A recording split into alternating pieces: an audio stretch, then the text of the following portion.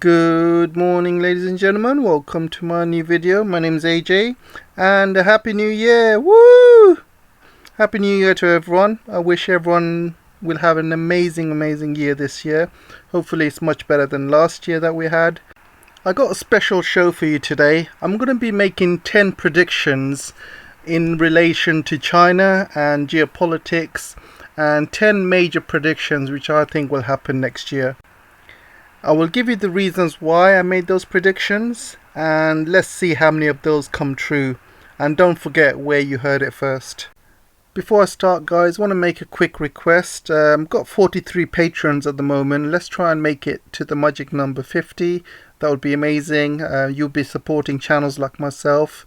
It is for a good cause, and we are saving people's lives by spreading the truth. As you know, a lot of people are brainwashed by mainstream media, by politicians, spreading lies, spreading misinformation, spreading fake news, spreading propaganda. So independent channels like myself, we speak the truth and we give you the real news that these mainstream media outlets do not. So your support goes a long way in keeping channels like myself alive and kicking. We are a very small voice in the community, and so any help is appreciated. It takes a lot of time and effort to create videos. So with your support, I'm able to create quality videos more often. If you really like the video, you can buy me a coffee. And as for the rest of you, you can show your support and love by liking, sharing, and doing anything to promote the channel. That would be amazing. And also don't forget to check your comments. I love reading your comments. YouTube deletes a lot of them, so it's a shame I can't read most of it. So just check your comments, make sure YouTube hasn't deleted it. Try and rewrite it without any swear words and things like that. Anyway, without further ado, let's go on with the show. So my first prediction is about the economy. I believe in 2022 there's going to be a massive crash. The whole world is going to go into recession, starting with America, followed by the Western world, and probably China as well. And these are my reasons why. Number one, there's going to be huge amount of inflation happening in America. At the moment it's at 6.8%, and I think it's going to double by next year. And they won't be able to control the inflation. And the reason they can't control the inflation is because everything is going up. The gas prices are going up. There's supply chain issues all over the world. The raw material cost is going up as well. And the trade war with China is not helping as well. So everything, all the prices are going up. And as China also develops as well, the cost of making goods in China is becoming more expensive. Like wages are increasing, rent is increasing, cost of raw materials in China is increasing. Plus the tariffs with the trade war means that the cost of goods going into America is much more expensive, which means the average consumer will have to pay more for those goods. So it has been rising last couple of years, and it will carry on rising unless America does something about the trade war, which I don't think they will. So another reason inflation is rising is something called quantitative easing. It's basically the Fed printing money. And the Fed has been printing a lot of money over the last couple of years to save it from all the COVID and the virus impact. So they've been printing a lot of money, trillions and trillions into the economy.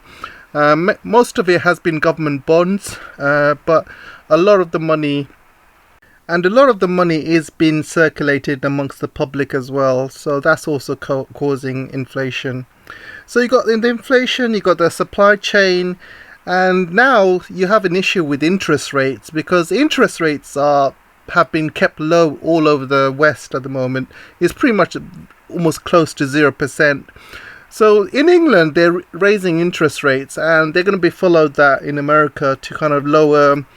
That's one way to lower inflation, is to increase interest rates. But the problem is, America is under so much debt. A lot of people have got mortgages, have got loans to make ends meet. So if you increase your interest rates, you got more money going out your pocket, because you've got to pay more interest on your loans, on your mortgages. So people are going to be much worse off, which means people have less money to spend out there in the economy. and that's just going to slow the GDP growth of the country, and that's just going to make things worse. So they have to increase the interest rates to reduce the inflation, and I just don't think that's going to work, because the reasons I've told you with the inflation is not just because of the amount of money that's been circulated. It's also because of the supply chain, all these other issues with the trade war, and the cost of everything is going up around the world. Unless they fix that, unless they fix all of these gas prices and things like that, inflation is not going to go down. So the other issue that's going to be causing a lot of pain next year is Evergrande. And not just Evergrande, but other Chinese developers that are going to be going bust in 2022. And construction and properties is 25% of China's GDP growth, so it's a huge market, and it's one of the main growth factors in China. It's one of the reasons why China's been growing so fast, is because its properties have been going through the roof, the property prices, and unfortunately they've gone so high that ordinary Chinese people can't afford them, and that's the problem really, because properties are there for living, not for speculation.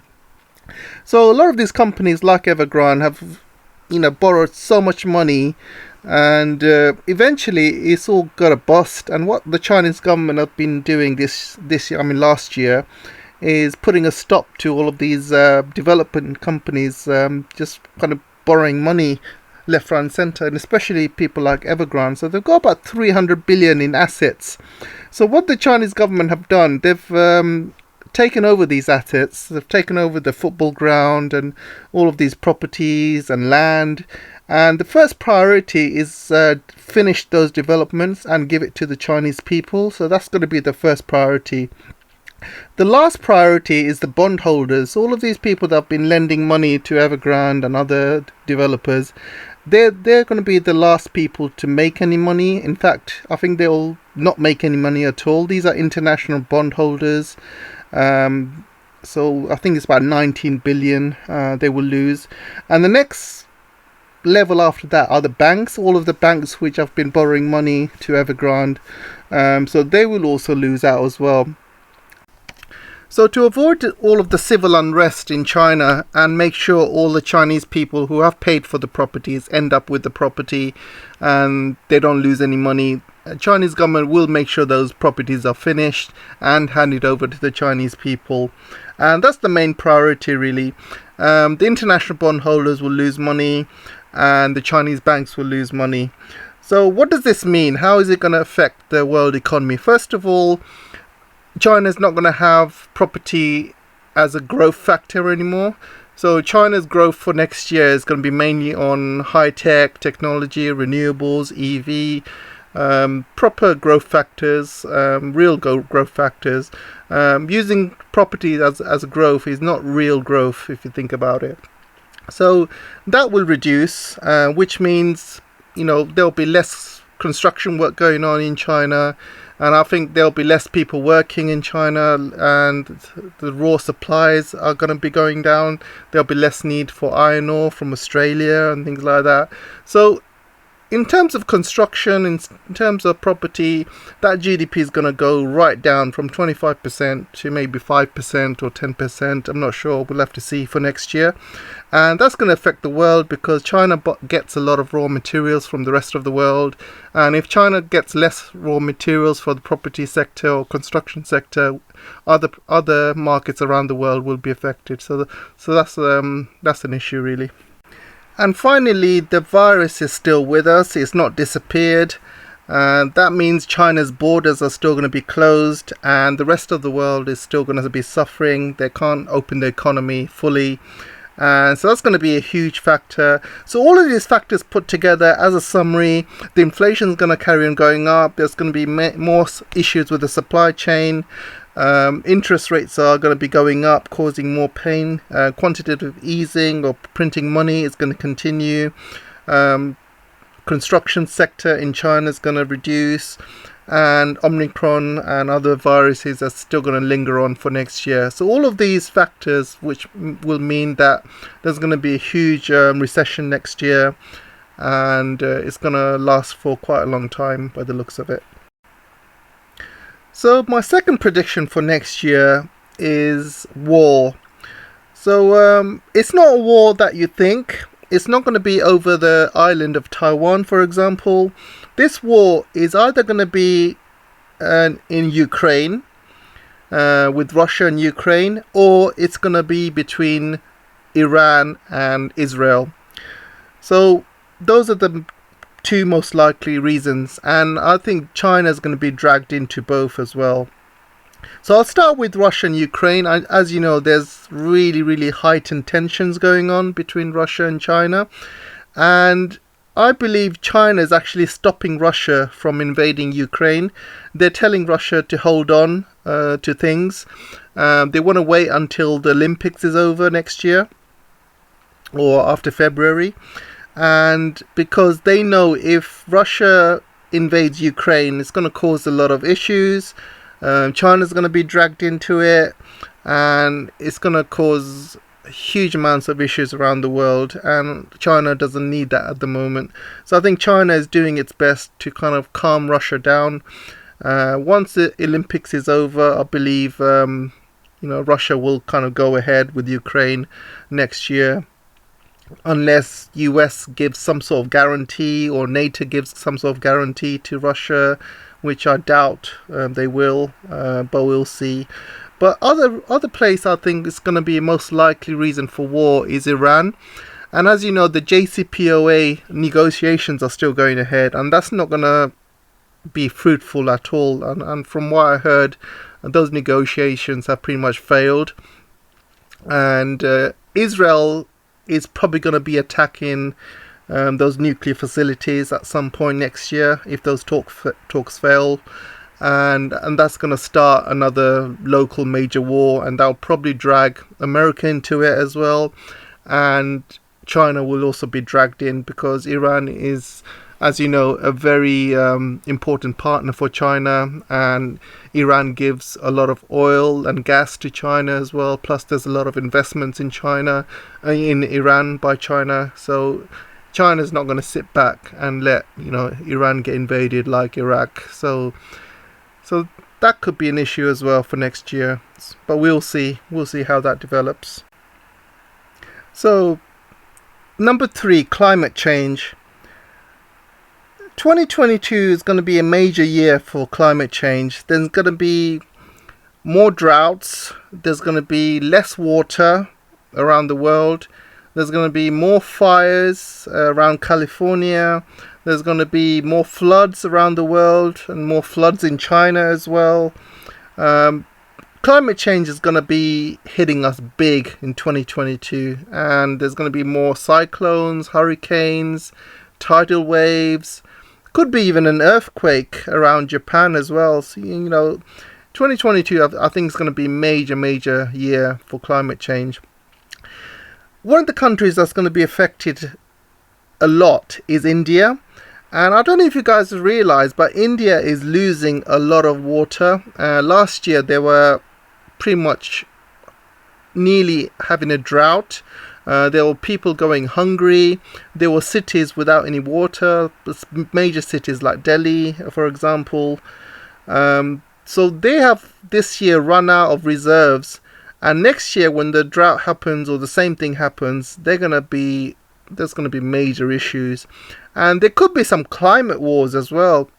There could be some climate wars maybe in Africa or the Middle East because of the lack of water. And even India could, attack China or try and take parts of Tibet because they want access to water, for example. That could happen next year as well. So we'll have to see, really. But I think climate change could be a major issue for next year. And there will be a lot of climate refugees as well. And so we'll see.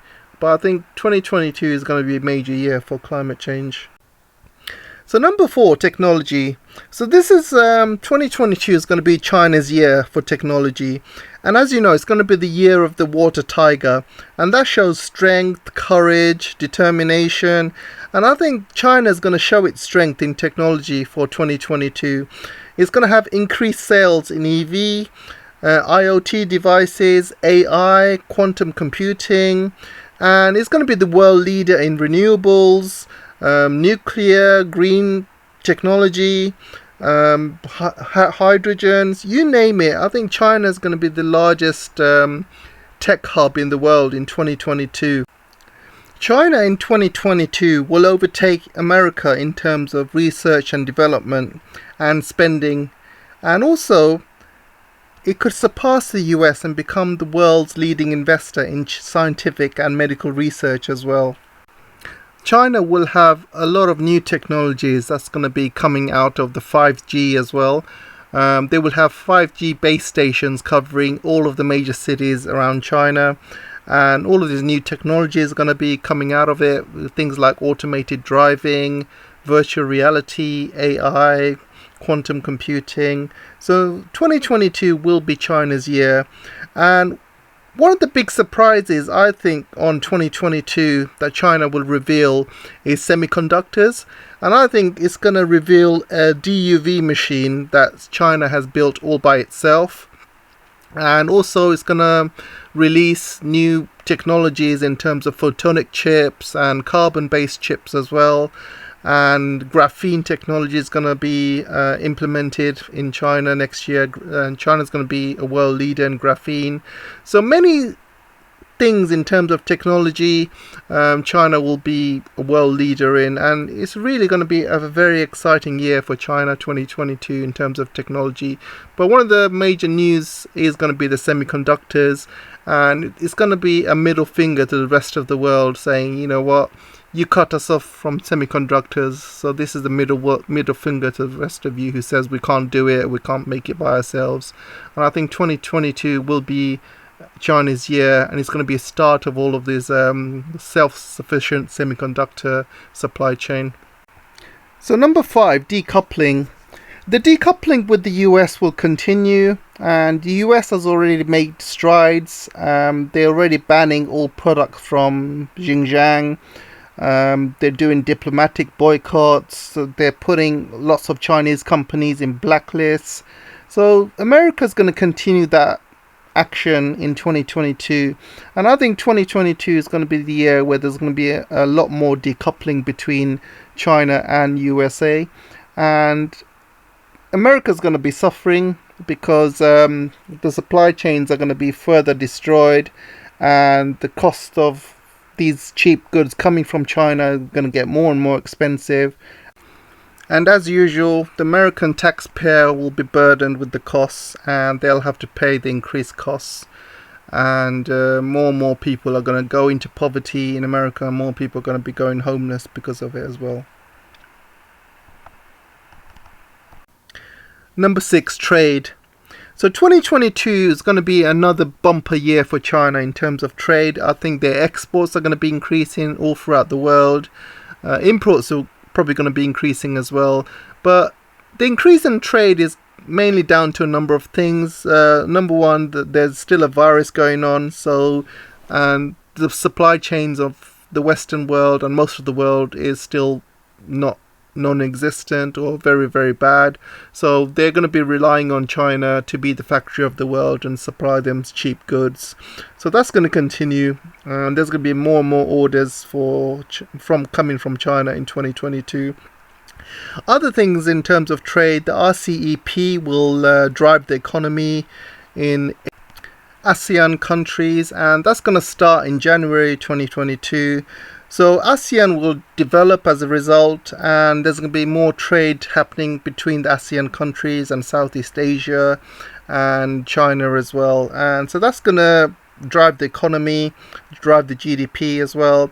The EU investment deal will probably be signed. I know there's a lot of issues last year with regarding to whether they're going to be signing it or not, but EU is going to shoot itself in the foot if it doesn't sign it. It's going to lose out, really. So I believe they will sign it, and China is also going to be added to the TCPPP as well. So in terms of trade, China's trade will increase next year, And it's going to be high-tech trade as well coming from China. High-tech goods, not low-quality, cheap goods that China used to do in the 1980s, 90s. These are going to be high-tech products, EVs, renewables, IoT devices, phones, mobile phones, high-tech equipment. So in terms of high-tech exports, that's going to be increasing from China. And that's going to be a great news for China. And it's also going to be selling a lot of the renewables technology around the world as well. Because of climate change, there's going to be a huge amount of renewable market next year, green market.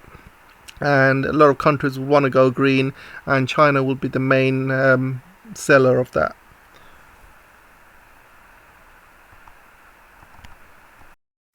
Number 7, military.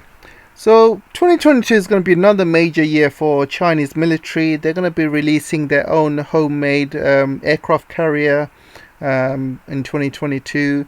They're going to be releasing the next F-31 5th generation fighter plane, as well as H-20 stealth bomber, and lots of new military technologies that's going to be coming out of China. Really good radar equipment, missiles, hypersonic weapons. So 2022 is going to be a very good year for China in terms of its military, and that's going to be continuing. 2022 will be the year of the digital yuan, and this is going to be a game changer for China.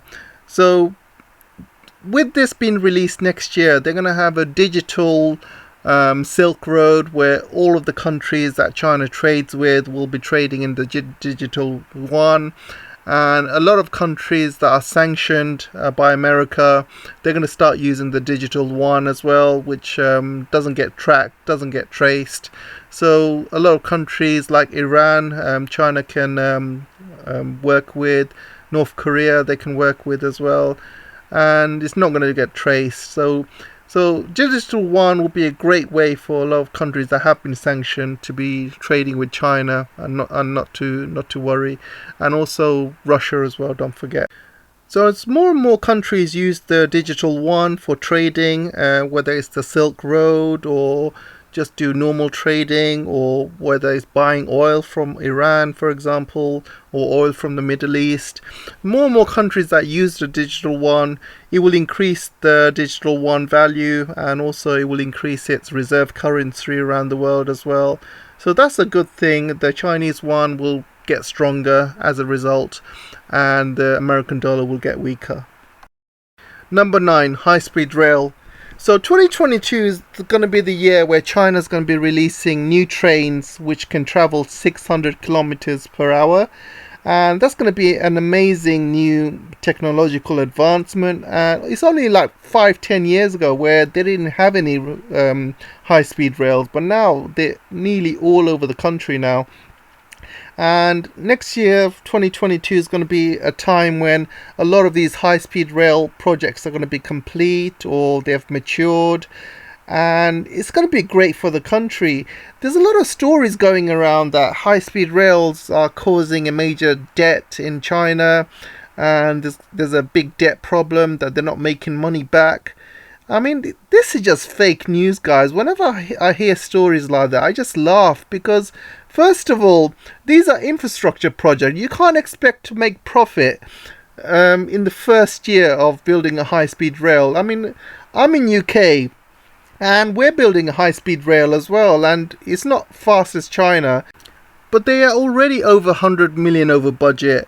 And you hear about Californian high-speed rail that they're building. They are 100 million over budget as well. So you can't expect to make a profit in the first year. These are infrastructure projects. They provide so much more benefits than just short-term profits. For example, linking the east side of China to the west side with high-speed rail, that's just going to develop the west side of China, like Xinjiang areas and cities around Xinjiang. And don't forget, all of these cities are linked to high-speed rail. All of these smaller cities, tier 1, will link to tier 2 cities, will link to tier 3 cities. And tier 3 cities and tier 2 cities will rise up as a result because they will trade more with these tier 1 cities. And that's what it's all about. When America built its railroads in the 1800s, America was just barren landscape. There was nothing there.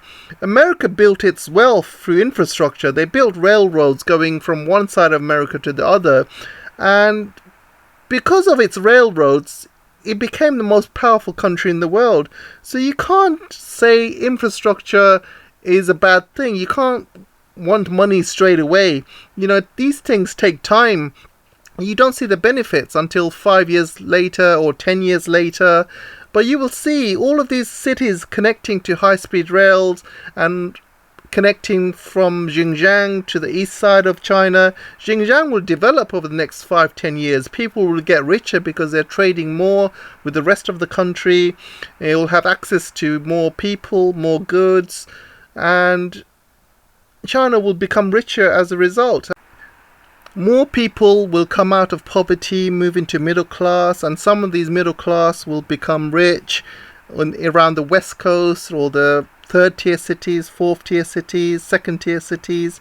Everybody around China will have common prosperity because of this high-speed rail, and people are jealous of it. And people are so jealous, they're coming up with all of these fake stories about, oh, these high-speed rails are not making money, China's losing money. I mean, just stop and think for a second.